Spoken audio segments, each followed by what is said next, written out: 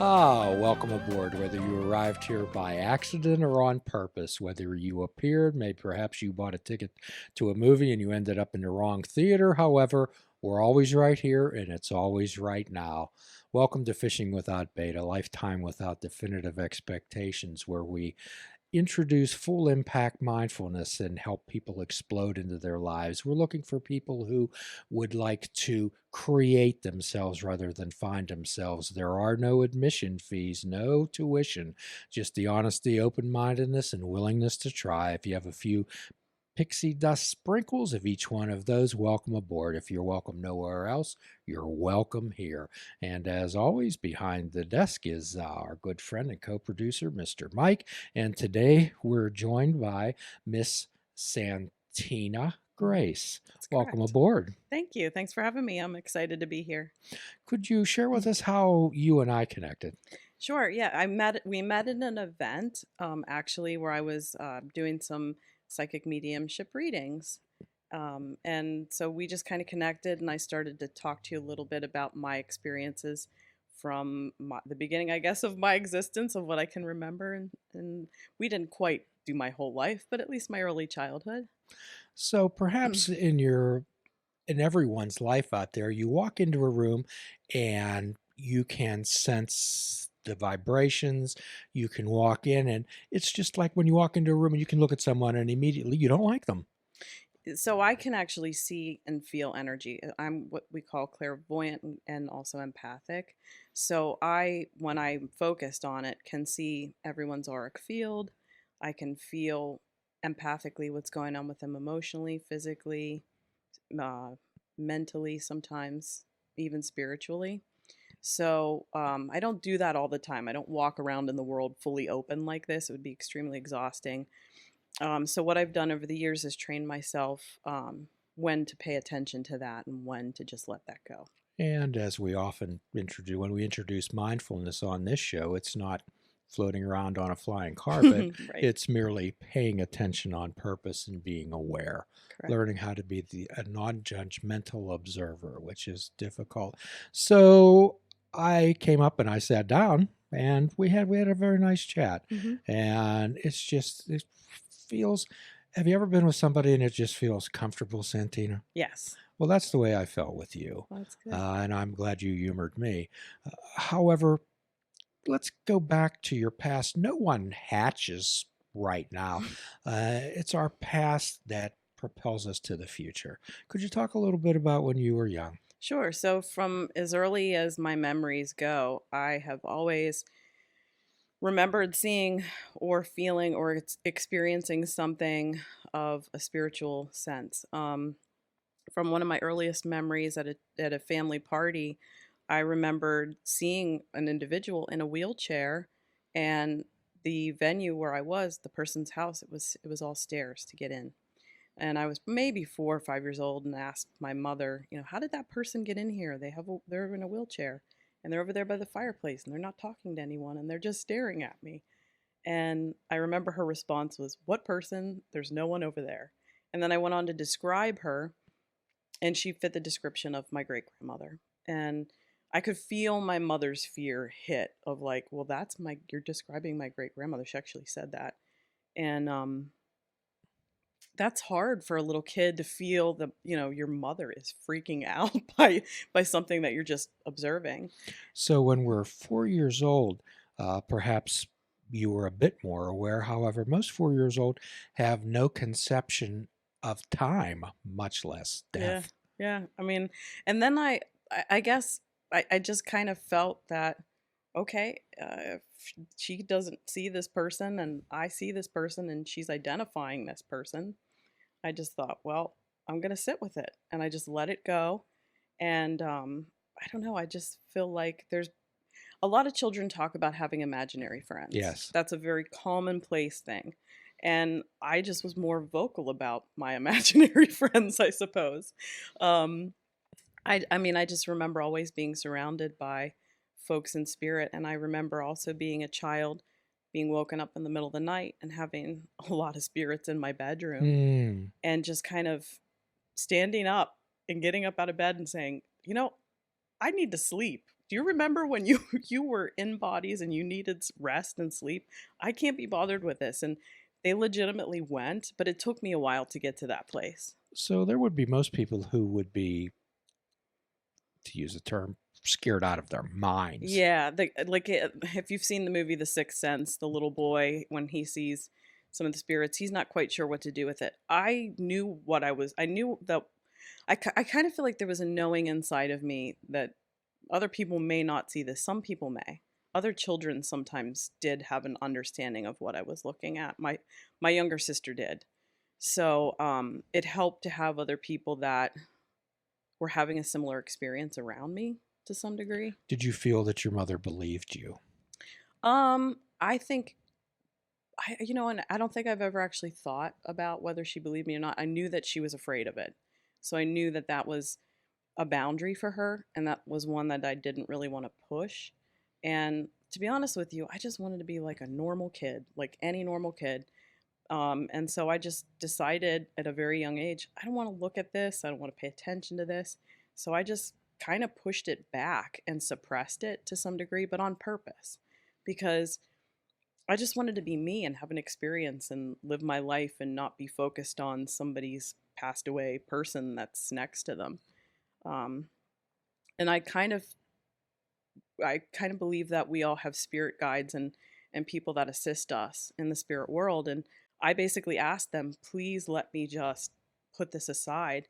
And when I'm older, I'll pick it back up again and I'll do something with it. At that point, I didn't know what that would be, but I did. And Did anyone ever sit down with you and explain to you what was going on, what they believed that you were experiencing? Not really. No, but I was lucky enough that when I was growing up, there were shows on television. I remember John Edward was one of the very first ones. There was a show called, I think it was called Medium or something like that, all before, Teresa Caputo and stuff. So it helped that there were a lot of things on television that reflected a lot of what I was experiencing. So in some ways, it validated a little bit of some of what I was seeing and feeling and noticing. And Were you comfortable enough to share this with your friends? no, in fact, I wanted people to get to know me as a person and then maybe this other thing about me. And there may still be people who don't have a context of me in this way. It's just a part of me. It's not who I am, or doesn't define me or make me up in any way. Just like anyone. Anyone has things about themselves that make them uniquely themselves. So that's how I view this. So you talked about your mother being fearful Hmm. of this. And quite often what we do on this show is on help people understand that fear is one of the most fundamental emotions that a human being feels. Hmm. And one of our most quoted persons, George Adair, stated that everything that we want and desire is on the other side of fear. So was your mother able to label and identify what that fear was? I've talked to her about this episode, and she tells me she doesn't really remember Okay. having the conversation with me. But I mean, right now, both of my parents fully accept and appreciate what it is that I do because they've seen it, they've witnessed it. Some of my family members have as well when people pass. So, Were you ever cautioned not to tell anyone? um, I can't really remember. I know that I just felt like I'm not sure what people's belief system is, and it's not something that I felt like I wanted to go and impose upon people. I didn't need to run and, sing it from the rooftops that, oh, yes, I could see, I can feel what's going on with you, or I can see somebody who's passed away that's connected to you. So there's various forms of clairvoyance, Hmm. and you're also an empath. Hmm. Tell us about being an empath. So, the life of an empath is interesting, and I come across a lot. There's more empaths in this world than what you would realize. I think to some degree, many of us who live in a very mindful, purposeful space are empathic because we understand that we're all connected and we understand that, my actions have, a reaction within another person. And so I think that just being an empath in the world, you understand that yes, you're going to feel other people's emotions sometimes, or you might feel their energy, or their energy might even affect yours. And it's about learning how to find your own center and how to find your own kind of inner strength and truth, and to also be able to kind of, and I teach a technique, it's a breathing technique where you connect into all of your energy centers, all of your chakras, and you allow, kind of like, I call it wiping the slate clean, where you use and a cleansing inhale breath to kind of recharge your all of your energy centers and your chakras. And then this exhale just like kind of allows you to just let go of anything you may have, like, I call it like static cling. You know, people's energy statically clings to you. I like And I that. say, you could pick this up when you're just standing at the grocery store and somebody's Hmm. having a bad day. You can feel it. It's palpable. You can feel when someone is agitated. I mean, I'm sure you've ever been in a space where someone gets up and makes a big scene. You feel it. You feel it in that way. Well, there's much also evidence behind what you're talking about Hmm. the show and explain exactly how it works. Hmm. Our brain's a really magnificent instrument. However, it can also, I always say, magicians use sleight of hand. Our brains can use sleight of mind. Yes. And it's interesting too when you can see people's energy fields, how they're affected by each other. And you can see, if someone walks in and they're calm or they're happy, that you can watch them raise other people's spirits just the same way that you see someone come in and their energy is dense and heavy and just draws a lot of people down. Well, one of the most common chanting mantras is so hum, I am that, meaning that in the Buddhist Hindu world, it's uh, we all believe we're made of energy. We're all made up of the same type of energy of the birds, the rocks, the trees, the dirt. And so we're all that, where I am that, which translates into the Buddha's uh, precept against intentional killing, which why would I want to kill something which is part of me? Right. Yeah, totally. I had a really profound spiritual experience that kind of really solidified that for me. And I actually saw it with my own eyes. I was in the woods and I had made a Native American hand drum. And I just went into this kind of trance like state. And when I came out of it, I noticed a spider web was on my drum and it connected to a tree that connected to another tree that connected to the ground that connected. And it just went on infinitum. And it was like I could trace this web everywhere.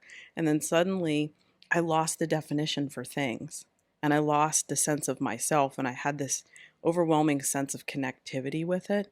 And man, what a beautiful moment that was for me. And again, what you're talking about is, again, the Buddhist term Nagata means no self. Yeah. And yeah, I know exactly what you're saying. That's, I guess, the closest I could come to describing that and really feeling that for So, myself. however, some of the things we talk about, we help people do is we disconnect to connect. Right. Okay. And I know that this world's so full of sight, sounds, and images, and we're being bombarded Hmm. uh, with all of this information every moment, 24 hours a day. And it seems like people are addicted to that and feel like we're missing something if we're not part of that. Agreed. Yeah. I mean, one of the things that I think is important is that we all kind of learn how to disconnect, like you were just saying. It's really important to learn what recharges you. Well, quite often we help people learn how to hit that reset button, even if they have to do it many times a day, by paying attention on purpose. And also, that one of the concepts that we try to get across to people is that we're spiritual beings. We happen to be having this human experience, and it's the human experience that doodles us up and our concern with it, and that life's absurd. Yeah. I oftentimes tell people, remember, this is just a meat suit that we wear. This is temporary. What's inside of us is the thing that we are, and it's formless and timeless. And Right, when we talk about the inner beauty, but how did you handle being able to walk around and feeling people's pain? you do learn to kind of disconnect. You do. You learn that because it's a survival mechanism, because you just can't feel all the time. So to some people, I remember growing up, being, in high school and junior high and walking down the hall and just saying hello to people, but not really being present, not really being there, and kind of insulating myself and not really paying attention to like feeling. I just kind of disconnected because who wants to feel teenagers? You know what I'm saying? Everyone's awkward and in this stage of like feeling um, very self critical and all this. So, Okay, so do you think that you were perhaps in jail? You'd be called an old head because you were perhaps uh, a little bit disconnected. You were what I like to call a few standard deviations away from what their norm would be. yeah, probably. I mean, I had to disconnect just for survival because I would have been completely drained every day. So, how did this interaction socially for you? It's funny because like what I would do is just make a lot of jokes. I was class clown. I really learned to just kind of focus my energy in spaces where I could try to raise the vibe rather than connect to a space where it's yucky or whatever. So, So, who did you have to actually share these things with and discuss and say, hey, here's what's going on in my life? I mean, I never really did feel like it overwhelmed me because I really shut it down when I Mhm. was growing up. But luckily, when I finally, so for most of my childhood, I really did suppress it and even early adolescence. But then once I got to be in around college, a lot of my visions, my psychic visions started coming back. Mm. So much so that, when I would go out with friends, I would see what could potentially happen if we didn't, if somebody didn't, that wasn't the designated driver. And I remember seeing this whole experience and explaining it to a friend of mine. And I said, you absolutely have to be dry tonight because I saw this car accident. I saw it happen here. I saw it happen at this time. I looked at the dash and I described the vehicles involved with it. So we go out that evening and we come back and she upheld it. She was fine. And we watched that accident, that exact Mm. accident. And she was like, how did you know that happened? And I said, I don't know how I know these things. I'm just glad you listened to me and that we were safe. So, I'm sure that you are well aware that should you go to a psychiatrist or a therapist, somebody who wasn't open minded, Hmm. that they would want to medicate you. Yeah, for sure. And I would absolutely say, no way. Just because so many of the things that I have seen or experienced or expressed to people legitimately make sense. And they legitimately end up ultimately either healing or giving some sort of resolution, or in my case, keep me safe. So, when did So, you come to the point where you decided that I don't care whether they think that I'm lying, crazy, real? How did you get to that point where you were comfortable with yourself and says, hey, I know who I am? uh, I mean, I probably felt that way.